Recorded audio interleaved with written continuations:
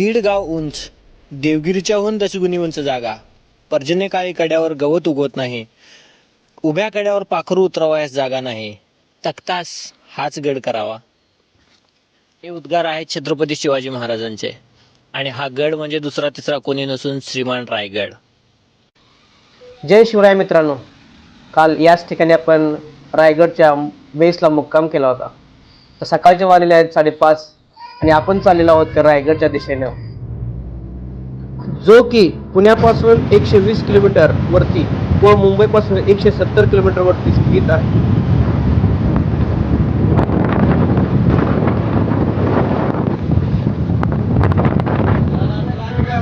तर मित्रांनो, आपण हे जे हॉटेल आहे त्या हॉटेलपासून पाहिलं तर आपल्याला एक ब्ल्यू कलरचा बोर्ड दिसतो.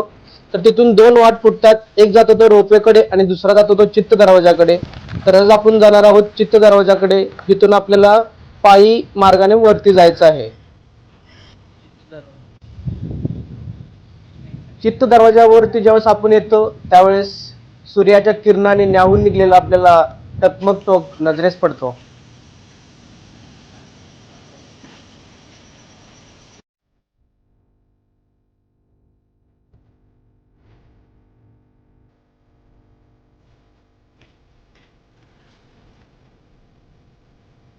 छत्रपती शिवाजी महाराज की जय.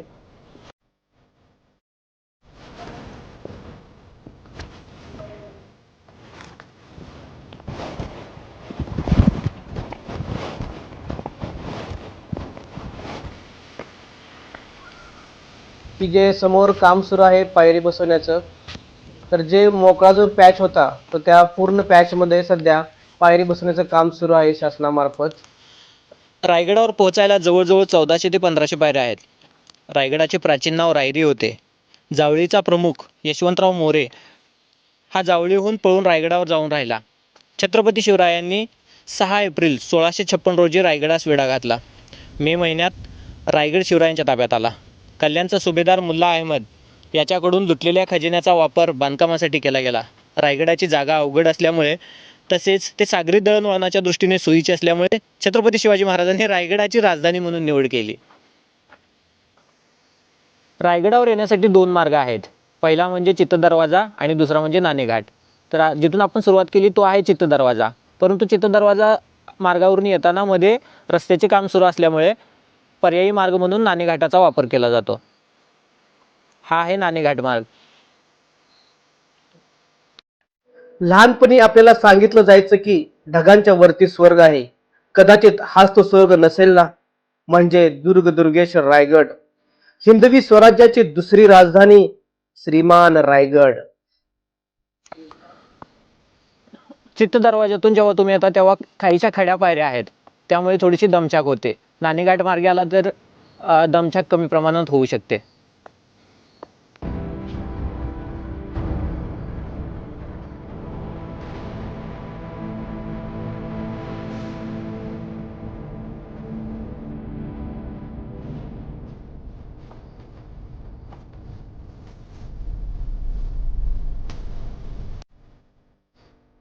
दोन 3 वर्षापूर्वी रायगडावर या ठिकाणी दरड कोसळली होती. हा रस्ता बरेच दिवस बंद होता, पण आज या रस्त्याचे परत पूर्ण बांधकाम झाले असून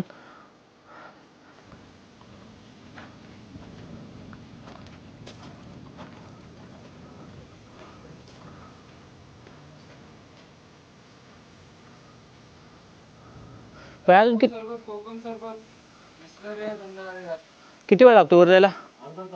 अर्धा तास. अर्धा तास चालल्यानंतर आपण असे एका ठिकाणी येतो जिथे तुम्हाला एक बाजू अशी पूर्णतः 90 डिग्री मध्ये दिसते. कडा एका साईडने असा तासून उभा केल्यासारखा वाटतो. याचंच वर्णन आहे बखरीत केलेलं आहे. पावसाळ्यात दरड वगैरे कोसळू नये म्हणून शासनाने वेगवेगळ्या प्रकारच्या उपाययोजना यावरती राबवलेल्या आहेत.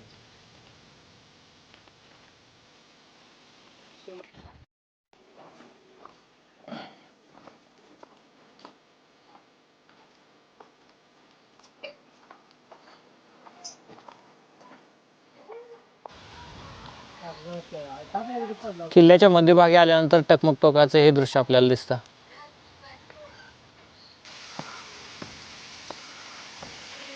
ट्रेक करत असताना सर्वात आवडते आकर्षण म्हणजे हा धबधबा.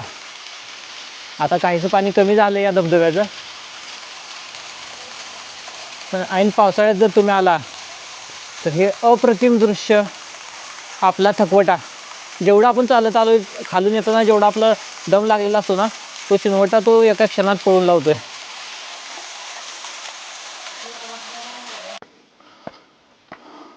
आता आपल्याला बऱ्यापैकी तटबंदी दिसायला सुरुवात होईल आणि जो समोर दिसतोय तो महादरवाजा.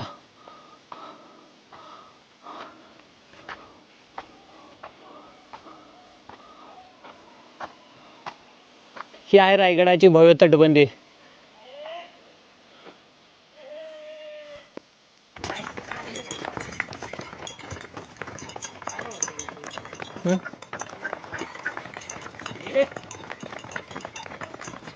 भैया किती पैसे मिळते तुम्हाला याचे? कसं ब्रास? ब्रास किती दिवसात रोजचा रोज. आपला रायगड पुन्हा उभा करण्यासाठी या मुख्य जनावरांचे खूप मोलाचे योगदान आहे. हेल्प करायला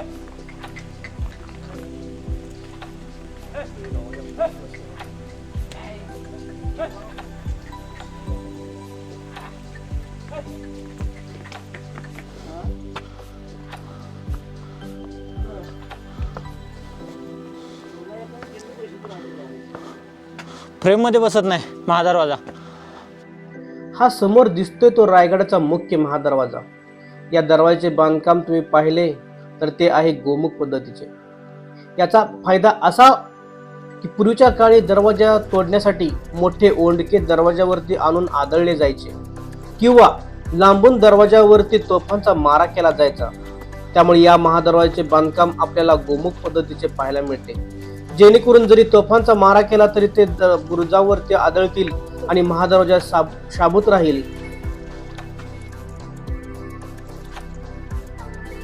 या महादरवाजाच्या दोन्ही बाजूला 2 बुरुज असून त्याला जय व विजय असे म्हणतात. हिंदू पुराणानुसार जय विजय हे श्री विष्णूचे द्वारपाल आहेत.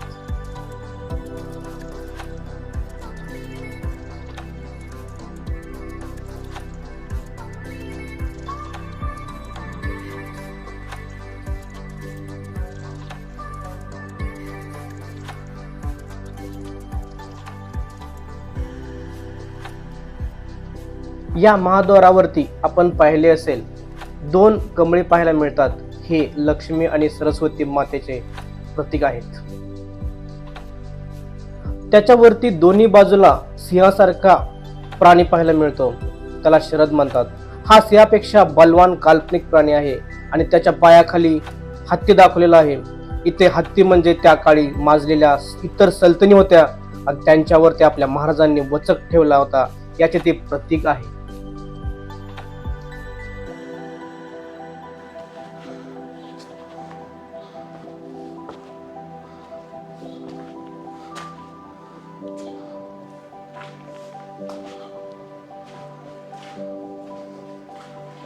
सध्या गडावर जाण्यासाठी 3 मार्ग आहेत: चित्त दरवाजा, नाणे दरवाजा आणि रोपवे. तर चित्त दरवाजा व नाणे दरवाजाच्या वाटा पुढे येऊन महादरवाजाजवळ एकत्र येतात. वसंत काळे हे खूप मोठे लेखक होऊन गेले. त्यांनी लिहिले आहे की रायगड जर पाहायचा असेल तर तो पायी चढत चढतच बघायला हवा. जर तुम्ही रोपवेने गेला तर तुम्हाला सायन्सचा चमत्कार दिसेल, इतिहास हा तुम्हाला अनुभवताच येणार नाही.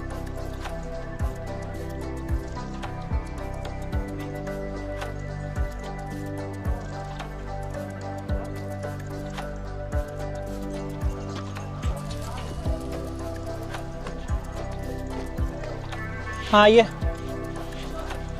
हाँ ये आला का दरवाजात? मेन दरवाजात ये. हाँ हाँ हाँ ठीक आहे, हात कर.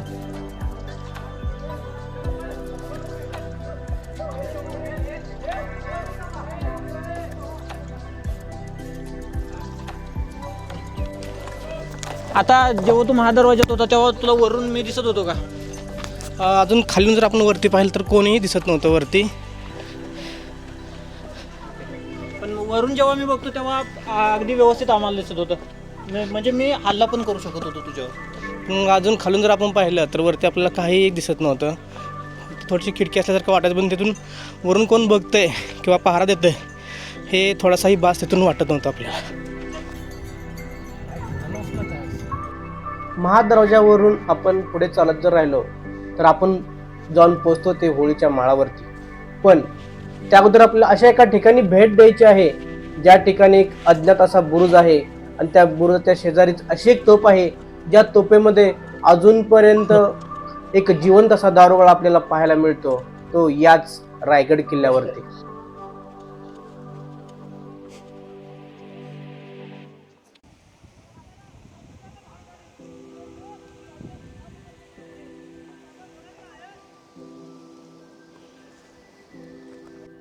महादरवाजापासून पूर्व दिशेला डाव्या बाजूने चालत आल्यानंतर एक एक भला मोठा बुरुज दिसतोय.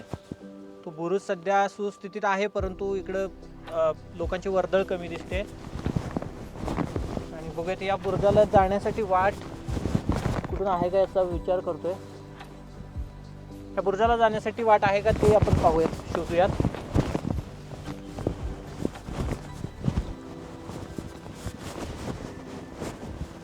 ही सगळी तटबंदी पूर्वेच्या बाजूची तटबंदी आहे. इथून मला कुठला तरी छोटासा रस्ता दिसतोय.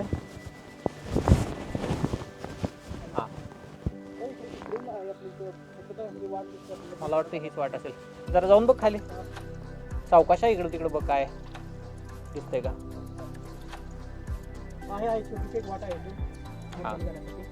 सुनीलला एक छोटीशी वाट सापडले, प्रयत्न करूया. आणि जर पलीकडे तुला जाता येत असेल तर पलीकडे पण जाऊन बघ, नसेल तर मग बघ आधी व्यवस्थित. काय नाही जाता येणार नाही मला वाटतं. बंद आहे का वाट? आहे वाट.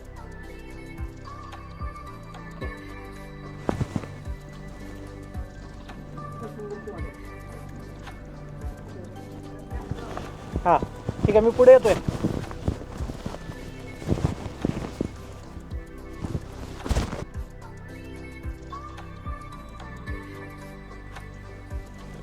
हा एक बुरुज आहे जो महादरवाजापासून आल्यानंतर इथून लक्ष देण्यासाठी असावा कदाचित.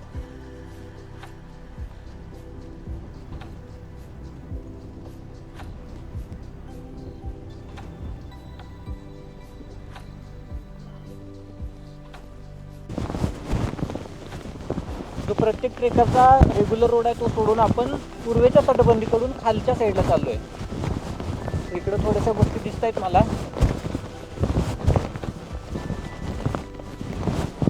अजून एक तोफ दिसते समोर, बघूया ती तोफ.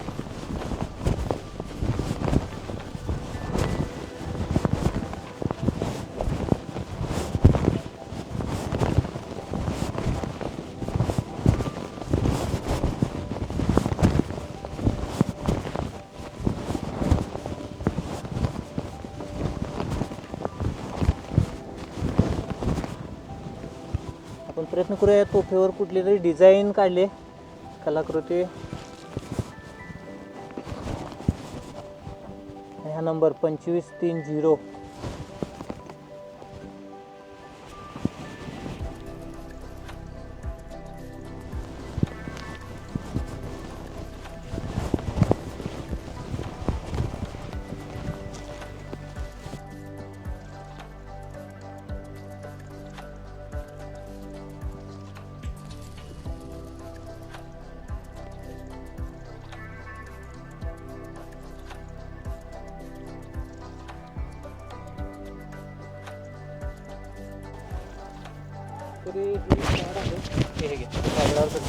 रायगडावर फिरताना तुम्हाला अशा प्रकारची झाडं दिसतील तर याला चुकून सुद्धा हात लावू नका. ह्या झाडामुळे काय होते की तुमच्या शरीराला जखमा होण्याची शक्यता असते. आता चुकून सुनीलचा हात लागला होता तर अशा प्रकारे त्याला जखम झाले. आणि हां आहे तिकडे गेल्यानंतर तुम्हाला सापडेल.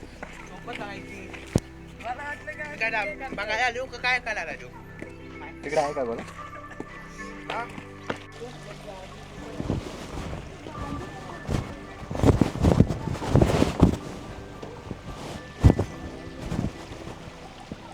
आता आपण महादरवाजातून वरती आलेलो आहोत. तर आपण वरती गेल्यानंतर जे परिचित आहेत ते ठिकाण तर आपण एक्सप्लोर करणार आहोत. पण त्याचबरोबर जी अपरिचित ठिकाणं आहेत ते पण आपण एक्सप्लोर करण्याचा प्रयत्न करूया. तर चला चलो.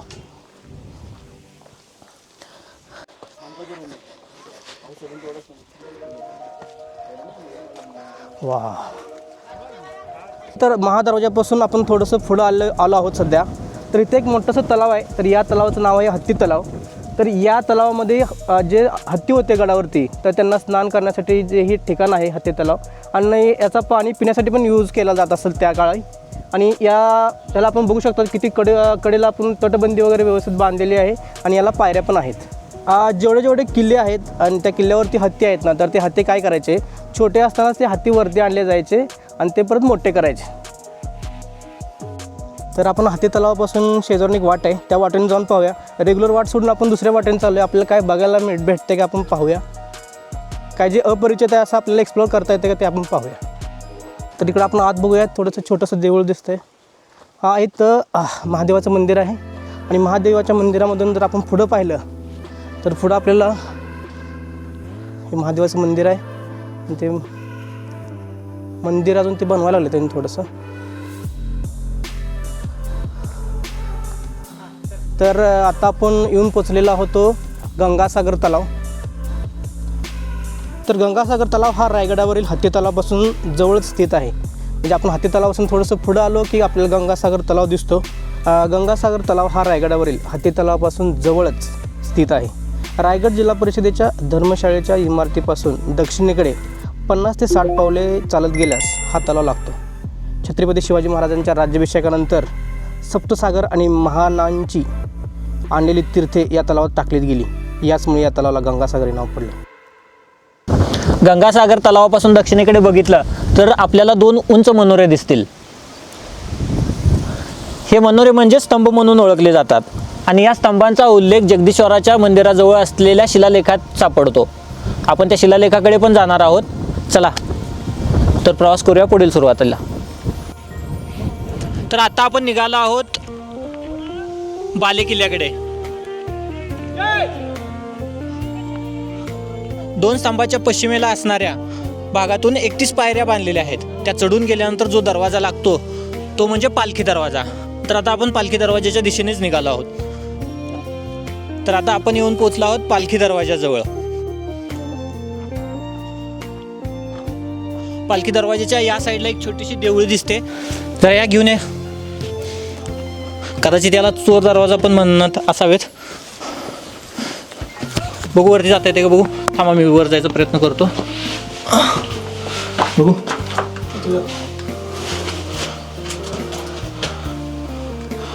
पालखी दरवाजा सोडून हा एक दुसरा रस्ता आहे जिथून आपण वरती जातोय.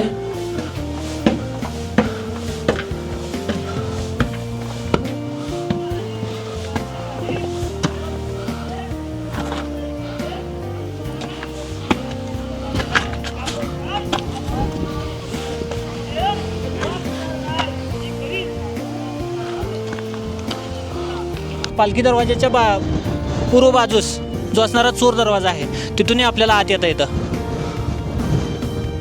सुनील चाललाय आत. तोच दरवाजा आहे तो ज्यातून मी वर. हां पळत या.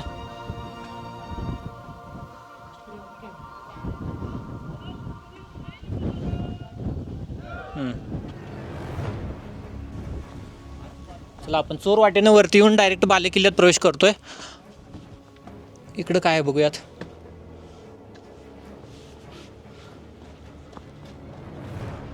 आता वरच्या साईडला आलो आहोत.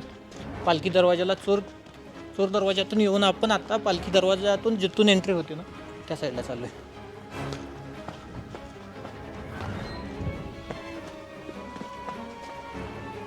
बालेकिल्ल्याच्या आतील साईडून आपण चाललो होतो आता.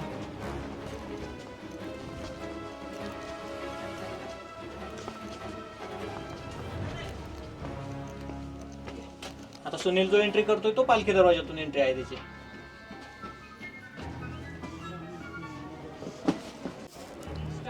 राजवाड्याच्या मागील बाजूस पश्चिम दिशेस 6 मस्तूंचे संकुल दिसते. त्यास राणी वसाहत म्हणून ओळखले जाते.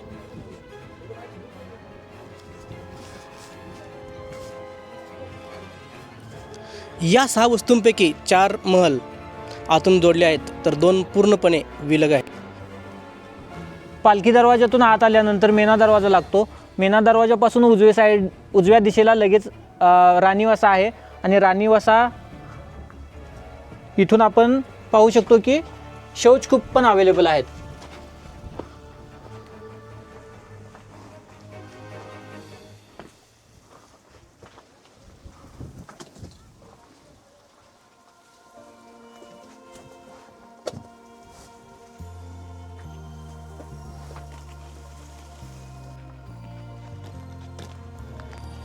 हा समोर जो दिसते ते खिडकी, या खिडकीमधून जर पाहिलं आपण तर हा आहे रायगडचा हिरकणी बुरुज.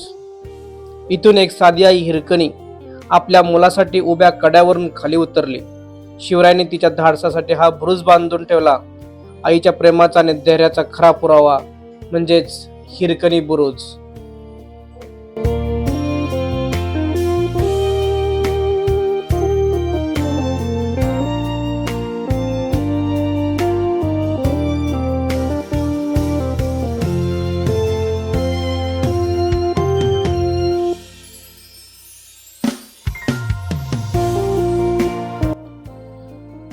समोर जो दिसतो तो पायरी मार्ग. हा पायरी मार्ग ज्यावेळेस तुम्ही खालून रोपवे मार्गे गडावरती येता तर तो हा मार्ग आहे. या मार्गे आपण गडाच्या राणी वसाहत या ठिकाणी आपण पोहोचतो.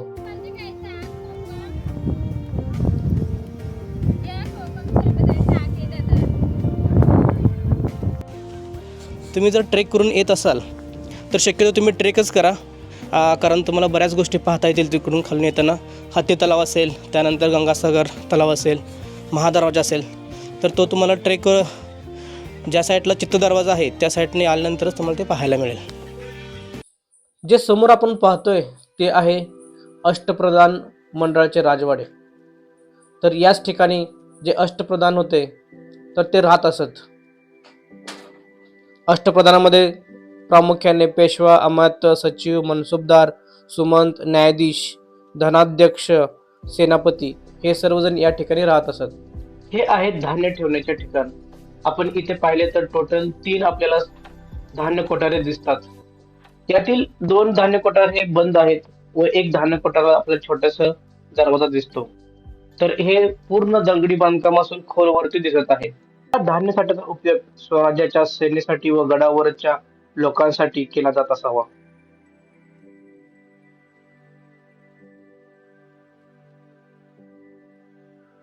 राणीवशाच्या समोर डाव्या बाजूस दासदासींच्या घरांचे अवशेष दिसतात. या अवशेषांच्या मागे एक समांतर भिंत आहे.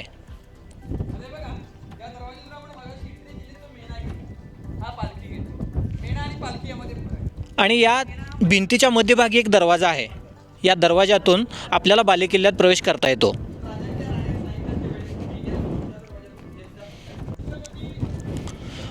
बालेकिल्ल्यात प्रवेश केल्यानंतर एक प्रशस्त चौथारा लागतो. मित्रांनो, हेच ते ठिकाण आहे ज्या ठिकाणी आपला छत्रपती शिवाजी महाराजांनी अखेरचा श्वास घेतला. तेच हे पवित्र ठिकाण. जेव्हा वाटते ना आयुष्यात सर्व काही संपलेले, तेव्हा गाठायचा तो हा रायगड. ऊन वारा पाऊस अशा असंख्य संकटांना तोंड देत 350 वर्षानंतरही तेवढ्याच दिमाखात उभा असलेला रायगड बघायचा आणि महाराजांच्या चरणी नतमस्तक व्हायचे आणि पुन्हा आयुष्याची नवीन सुरुवात करायची.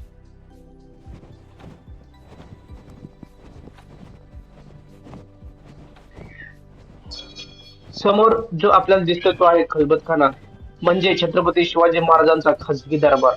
इथे अत्यंत महत्त्वाचे निर्णय, गोपनीय चर्चा आणि राज्यकारभाराचे मोठमोठे व्यवहार होत असत.